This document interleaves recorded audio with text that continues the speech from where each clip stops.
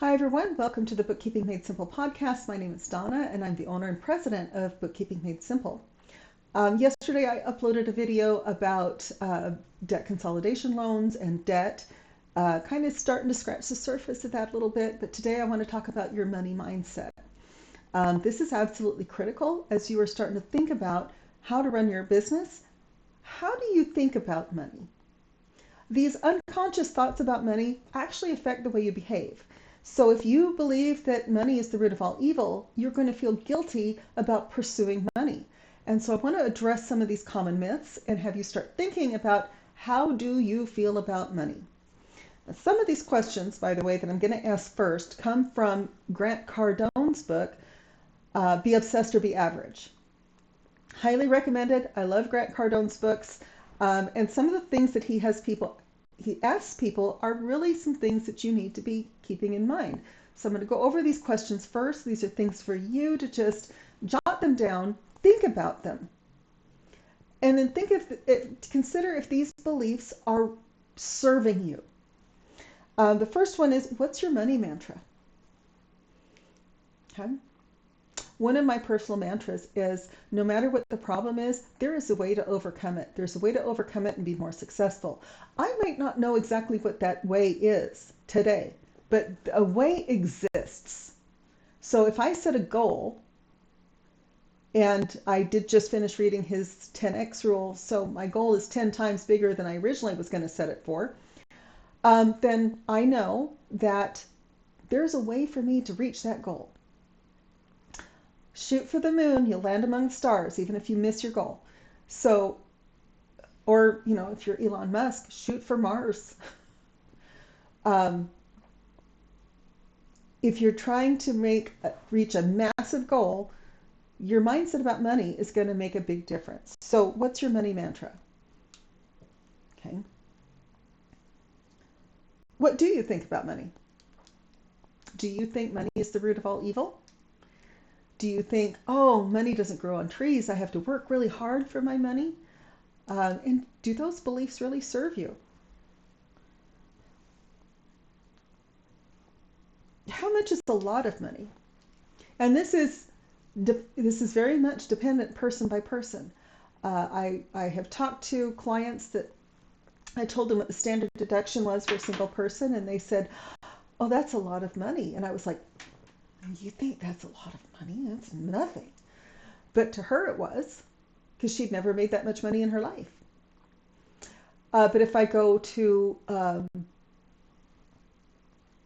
Jeff Bezos and say, is $16,000 a lot of money to you? He's probably going to say, no, not really, no.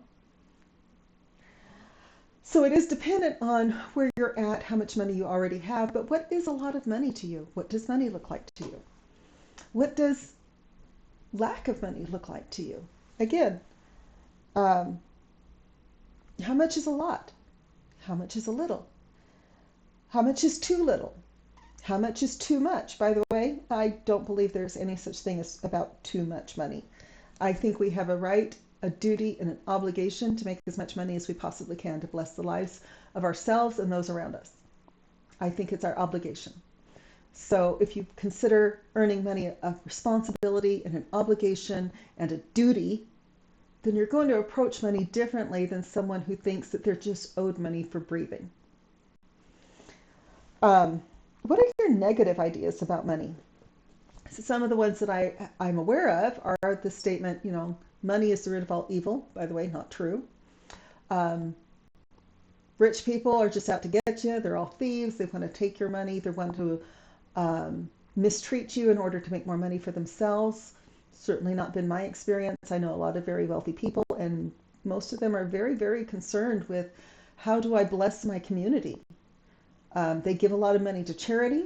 They provide jobs for a lot of people. They pay market wages. They're not going to pay a warehouse worker 200 grand a year because that job's not worth 200 grand a year. But most business owners pay at least competitive wages because they have to attract the talent. So I don't believe wealthy people are just out to get you. I don't believe that billionaires are the answer to our national financial problems. I don't believe money doesn't grow on trees. I think money can be very easy to come by if you remove your mental and emotional roadblocks. I don't believe money is the root of all evil. Um, I think money is a net positive for everybody around you. So what is your money mantra and how do you consider that? What are your negative ideas about money? Do you spend most of your time trying to save money? Or do you spend most of your time trying to earn money? Those are entirely different mindsets. One comes from a place of abundance and one comes from a place of scarcity. And I have never known anyone with a scarcity mindset to make a lot of money. How much time do you spend connecting with your money? Ooh, that's a good one. In other words, you're connected with your money. Do you know how much money you bring in? Do you know what your numbers look like? Do you know how much money goes out? Do you know what you could cut to improve your cash flow? Or how much more do you need to make to improve your cash flow? Do you review your money situation frequently? Are you connected? You should be kind of connected to your money. Maybe not to the extent of some people I know. My dad likes to kind of say goodbye to his money before he hands it over to his daughters. But you should understand your money. Your money. Your situation is not going to be the same as my situation. So, but you should understand your money, and you should be checking in with it frequently, daily, and see how much do I have, how much do I owe, what's going out, what should be coming in, all of those things. You should be connecting with your money, and you should be connecting with new money. So as a business owner, that means you should be trying to get more people in the door. You should be getting new customers. You should be working on getting new leads. You should be nurturing that so that you get more money in the door. How do you act when you see the price of something at a store or a restaurant? Now, you may choose not to make that purchase, but how do you act? What is your deep feeling about that? Let's kind of go over some of the lies that I've heard about money and debunk them. One, money can't buy happiness. I beg to differ. It has been my experience that money solves most problems. It might not fix your marriage, but not having money will wreck your marriage. Usually I think the money can't buy happiness thing is because when people become newly rich, one of the things they really like to do is go buy a big house. And a big house means that you're not spending as much time together. It is more comfortable, but you have to be intentional about who you're spending time with. And you have to be intentional about continuing those relationships. I read a biography of Michael Jackson where he talked about, or the biographer mentioned that the Jacksons, when they hit it big and they moved to California, they bought a big house. Of course they did. They had a whole bunch of kids. But the price of that was they had more space, but that also meant more time alone.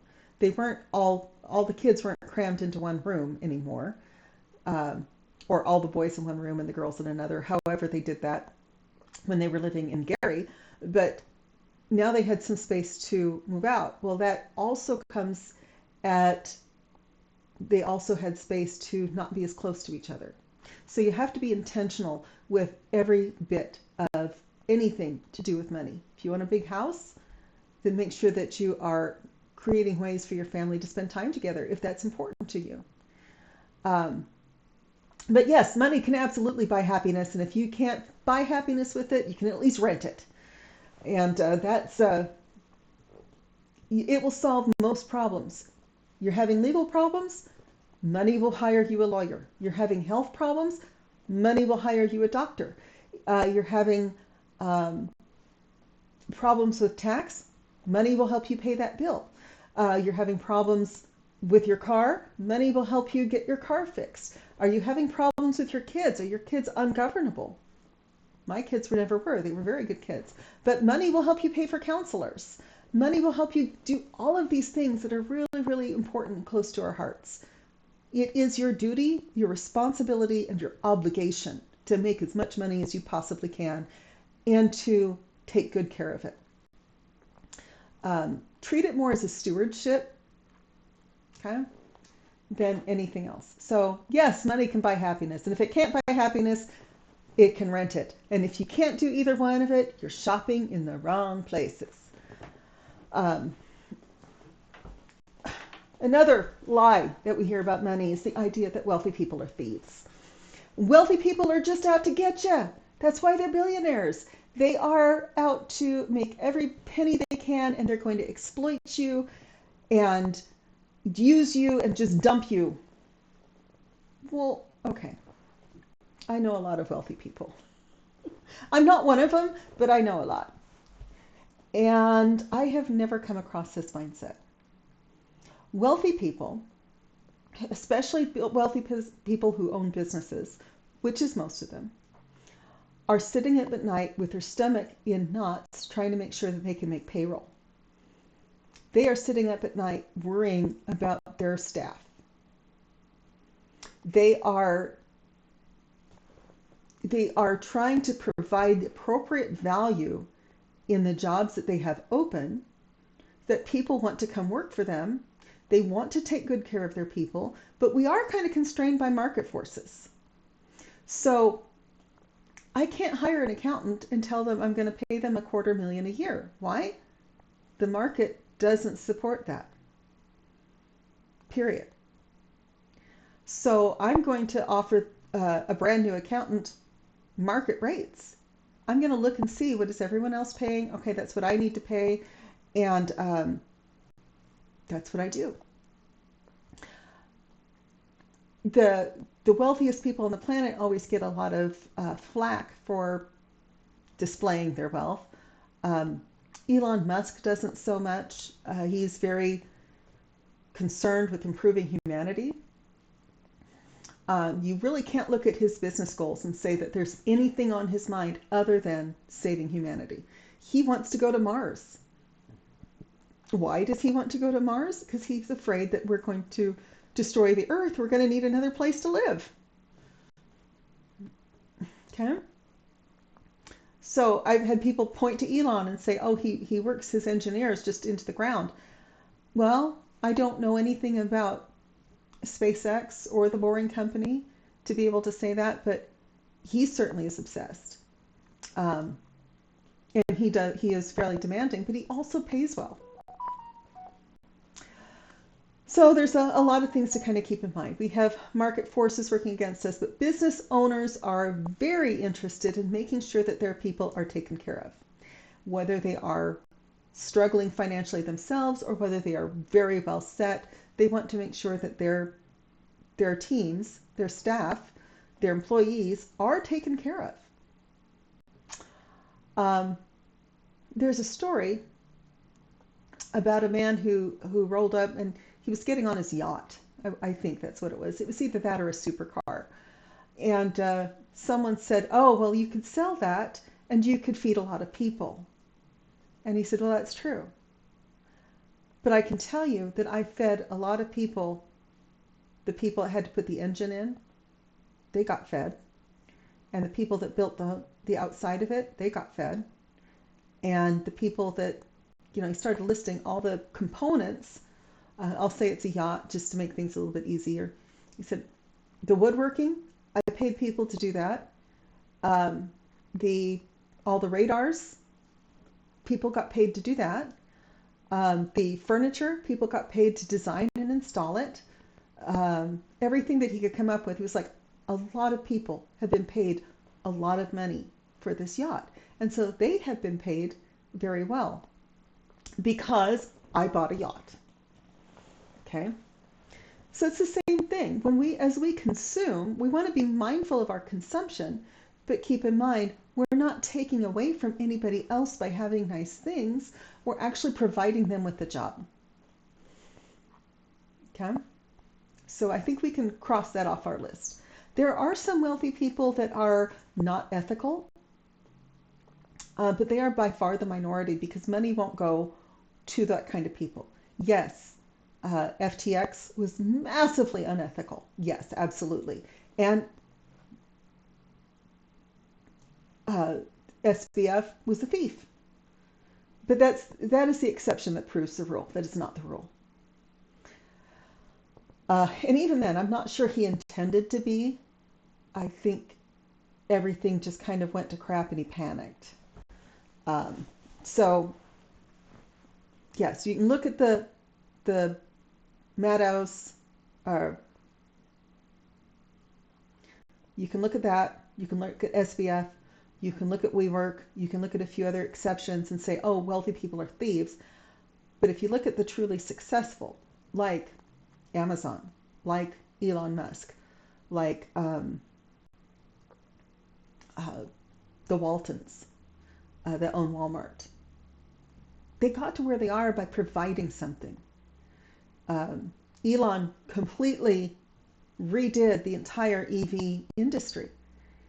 Everything is now being set up for Teslas.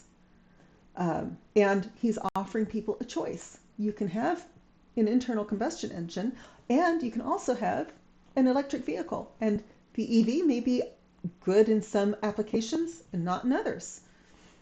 So he's creating jobs. He's helping people have choices on their transportation. He's completely creating a whole new industry. And that's just in one company. Okay? In order for him to do what he does, he has to hire an awful lot of people. And that means that all of those people have to be paid. So he's not a thief. He's offering us a whole lot of options. Money is the root of all evil is another negative one that I've heard. And I particularly hate this one because my take on it is money is like a hammer. You can take a hammer and use it to drive in a nail, then build a house. Or you can take the same hammer and beat someone's head in with it. Is the hammer evil? So money is the same way. Money will go where you want it to go. And if you are directing it towards good, you will end up with more of it. Okay? So the best way to make money, best way to get money to come to you is to help other people also get what they want, whatever it is. So if you're in sales, you shouldn't be thinking, oh, I have to sell this person a car. It should be the more people I help get into the car that's best for them, the more money I'm going to make for myself. If I help enough people, I'm going to get what I want. That's my attitude inside of the accounting business. The more people that I help get what they want, a thriving business, control over their money, understanding of how money works, the more I'm going to get what I want, which is more money. So for a lot of reasons. Some of those reasons are very, very personal and painful, and some of them are, because I like having pretty clothes. It doesn't really matter. Money is not the root of all evil. What could be the root of all evil is one, if you're so obsessed with money that you will do anything to earn it, that's a problem. And if you are using your money for evil, that is a problem. See also Klaus Schwab.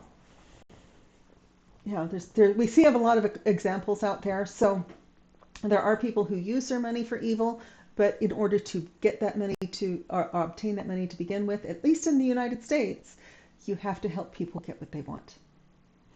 Another lie about money, save, save, save. You should be saving, absolutely. It's one of those things, it's like the other lies. There's a kernel of truth to it, okay? The idea that wealthy people are all thieves, one, is driven by jealousy, and two, they're looking at certain wealthy people who are thieves, but not looking at the whole picture. So there's a kernel of truth in the wealthy people are thieves thing, but if you know enough wealthy people, you know that's not true. Save, save, save is the same thing. Yes, you should have money put aside that you don't touch. Yes, you should be putting money aside for retirement. You should be making investments. Oh, wait, that's not saving. You should be making investments. And your money should be earning money. So you can't save your way to success, is another way of putting it. If you want to be successful, and again, I'm going to say this over and over, I believe it is your responsibility, your obligation, and your duty to become successful. Thank you, Grant Cardone. Um, I 100% agree with Grant Cardone on this. It is your obligation. If you are a human being, if you are able to make money, it is your obligation to make as much as you ethically can. The fact that some people lose sight of their ethics, let me tell you, they were doing it when they were broke too. So you can't save your way to success. You actually have to put money into something to become successful. You can't save enough quickly enough to get ahead. You can't save enough quickly enough to stay ahead. What you can do, however, is you can start making investments and you can start looking at ways to help your money make more money. If there's one thing you want your money to do, you want it to have a party and bring its friends. So the average retirement account balance is only about $100,000, and this includes people that inherited their money and people who've been saving up for it. Saving is a good thing if it's done correctly. My parents are silent generation people. They were born in the 30s and 40s, pre-baby boom. My dad's a saver. My mom's a saver. They do believe in saving money, but they also believe, and this was always kind of a thing because they grew up with different money mindsets. My mom was taught always buy the best you can possibly afford because it will last longer. Dad was taught buy the cheapest you can find because then you can put money in your pocket. Well, mom's philosophy is actually the one that works. You have to be able to buy the best you can afford. I remember, well, I don't remember because I was just a baby, but when they first moved to Utah, Dad was going to school. Mom spent $300 on a sewing machine back in '66 when $300 was an unreal amount of money. It would be like spending $30,000 today. Okay. Dad only made about $35 a week. And here goes mom spending $300 on a sewing machine. She had to sit him down and explain, it's the best. And we want a big family. And I know how to sew. And I will sew all of our clothes. She still has that sewing machine. And she used it to sew clothes up until I think about 10 years ago. If she wasn't sewing the clothes, she was tailoring clothes. So, we would gain weight, lose weight, and she'd take things up and let it out and that kind of thing. There are 6 girls in my family. I have 5 sisters and 2 brothers. And all of the girls, we got our clothes sewn for years and years. And mom not only knew how to do that, but she knew how to take apart an existing dress and make it into a more stylish dress. And that was actually one of my very favorite dresses when I was little. I think I was 6. And we got a big box from one of my mom's cousins. And mom took one of the dresses apart. It was green and white. And she completely made it over into a brand new dress. And I loved that dress. I didn't worry too much about hand-me-downs because I'm the firstborn. So I was always the one that got new clothes.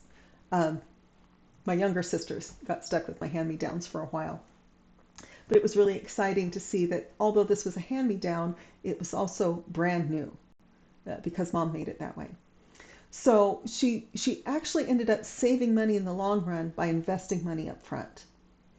So save, save, save. Have an emergency fund, by the way. Yes. Put money aside for retirement. Yes. But understand that those also need to be investments. Invest the money that you're saving for retirement. You will get to where you want quickly, more quickly.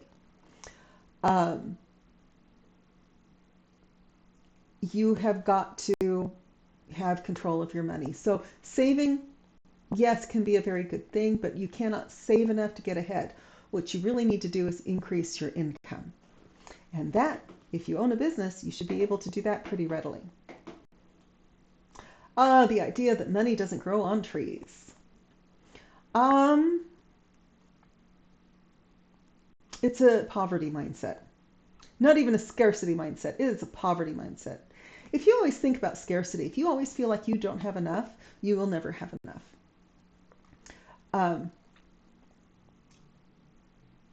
So many people have gotten into real estate investing and they started to realize there is a lot of money out there and it's freely available.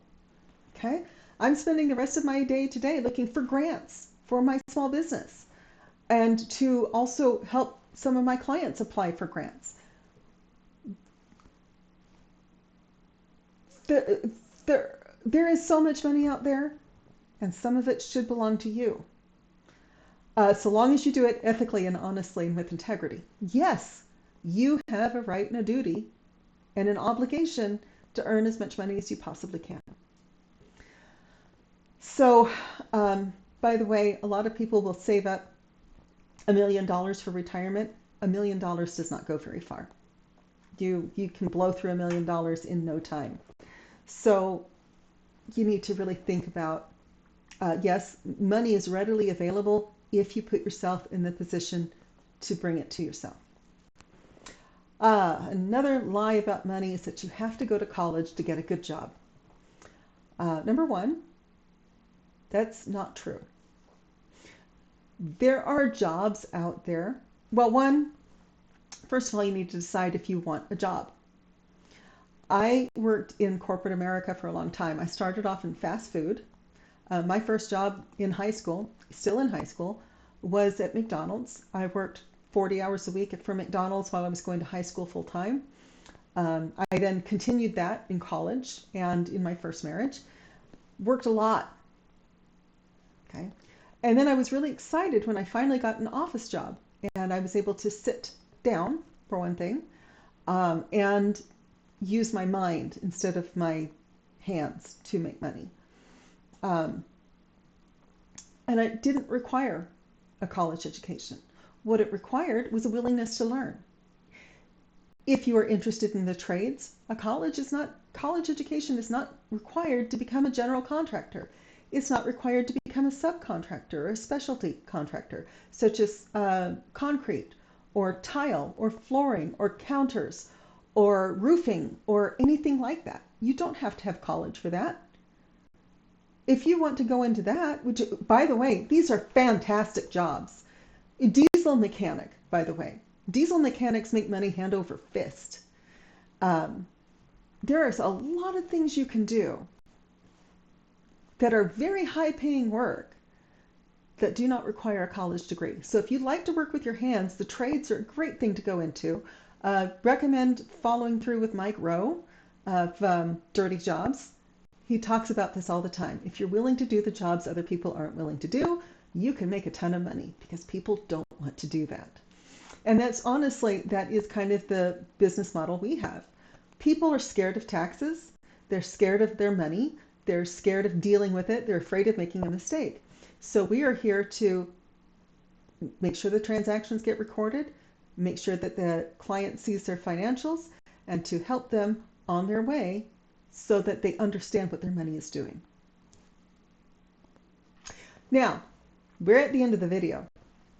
I've talked about some questions that you should be asking yourself, and I've talked about some lies we are all told. And I want you to think about, what is your thought about money?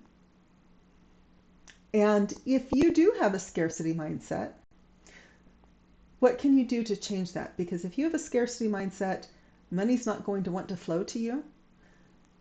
But if you have an abundant mindset and you're willing to do the work, and that's usually the part people don't like, you have to be willing to do the work to get you there, you can make all the money you can possibly spend. So, leave me a comment, let me know what you think, and I will talk to you again soon.